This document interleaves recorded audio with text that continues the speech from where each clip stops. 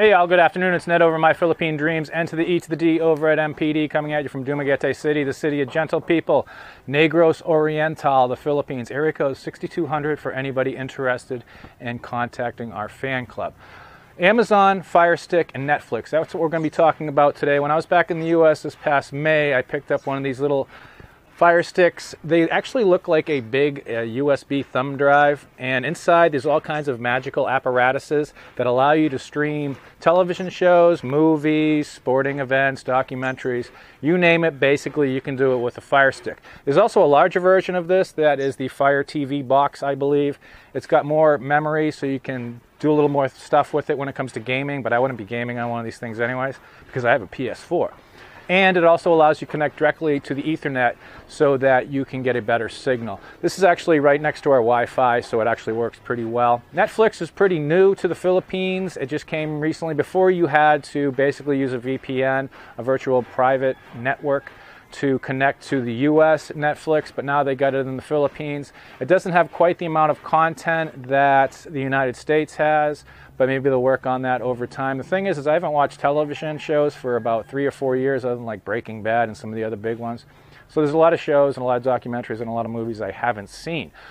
One of the things about the Philippines is you're not always going scuba diving. You're not always going snorkeling and getting chased by barracuda. You're not always going mountain climbing. You're not always going on trips abroad and stuff.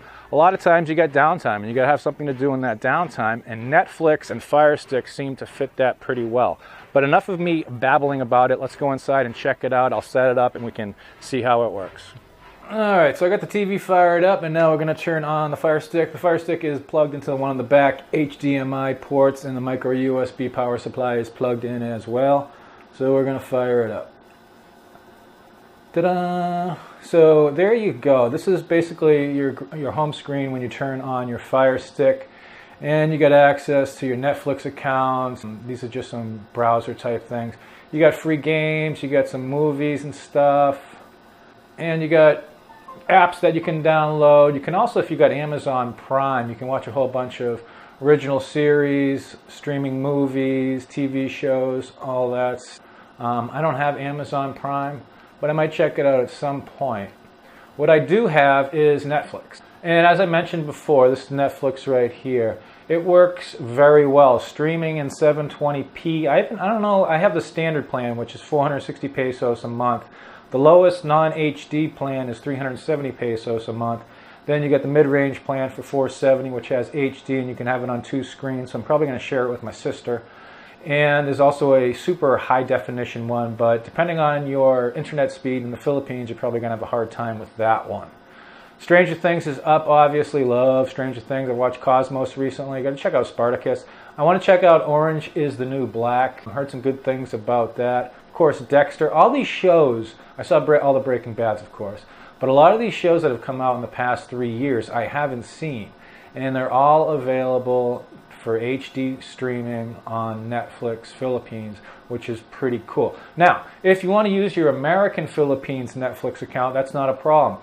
You have to run a VPN though. So basically what I'd do is I'd run a VPN off my computer, have my computer plugged into the TV, and I'd be able to do it that way. You can also, if you want to change DNS server names all the time, there's a way to spoof Netflix into thinking that you're in the US, but you basically have to reset it every day and change the DNS settings every day, which is a pain in the butt.